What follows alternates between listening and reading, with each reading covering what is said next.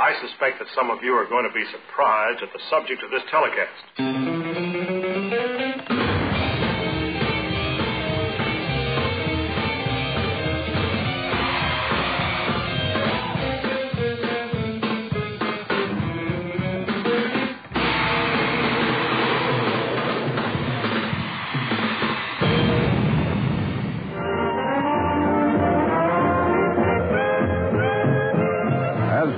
The eye can see, a press of excited youngsters from all over the region are on hand for the return of Elvis Presley to Tupelo, Mississippi, the town where he was born.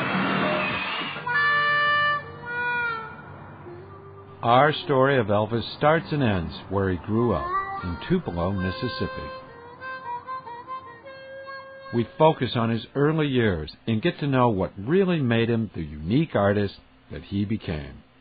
We meet people who were there when he grew up, when he bought his first guitar, when his preacher and uncles taught him how to sing and play that guitar.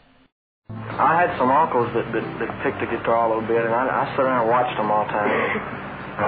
I just picked it up watching them, but I mean, I never thought I would make anything doing it, you know. I showed him the first three chords. They were G and D and C. G and C. We'll meet the friends he played with, shared burgers and colas with, and shared his dreams of singing on the radio. And Brother said, I tell you what, be up here next Saturday and I'm going to let you be on my program. We meet the people who knew him and his family, kids that went to school with him and competed with him in singing contests. I won first place in $25 Warbine, and Elvis won fifth place in $5.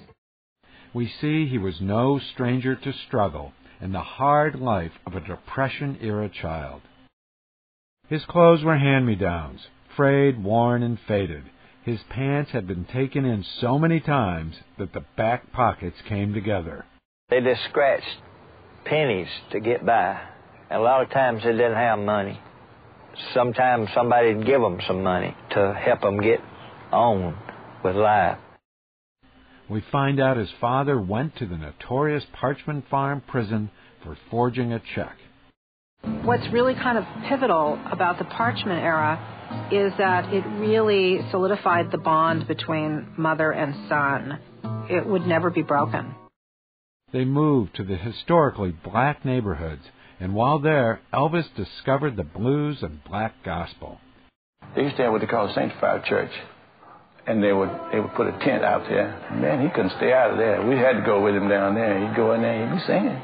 He'd be singing in that tent. The only way I remember Elvis Presley was a kid. Back across the track at that time, we had a little string band. Then he'd slip over there sometime, late, when they'd give those dances, and peep and watch some women's and men's both shaking and going on. Yeah, he'd go down there and he'd listen, because they played some down hard blues down there at Shake Rack. These experiences laid the foundation for the music he'd create that would change the world. Unfortunately, his family was never able to make a go of it in Tupelo. They lost their house and slinked out of town in the middle of the night, heading for Memphis, Tennessee. Elvis would later say, we were broke, man, broke. And he and his mom and dad wound up living in a boarding house. The three of them shared one room, and all the residents had to use the sink in the bathroom for water to cook on. The Memphis years gave Elvis the platform he needed to expand his horizons. He was drawn to the blues he heard on Beale Street and the gospel music at local churches. But a local DJ fanned his creative flames when he played R&B. All of a sudden, one day, I just got a sudden urge to go in this recording studio, which was Mr.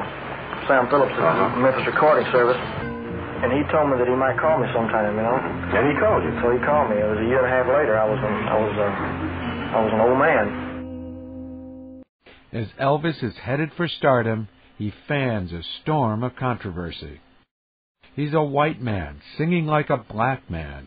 Do away with this vulgar, animalistic rock and roll box.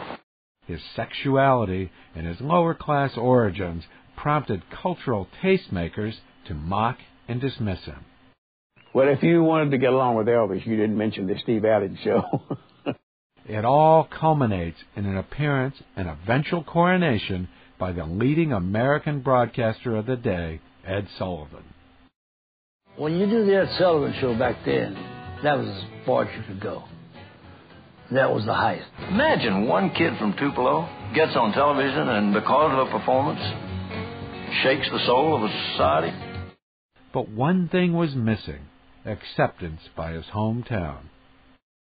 Our show ends on a note of triumph, the return of Elvis to Tupelo for a benefit homecoming concert where he received the key to the city and the screaming adulation of his fans.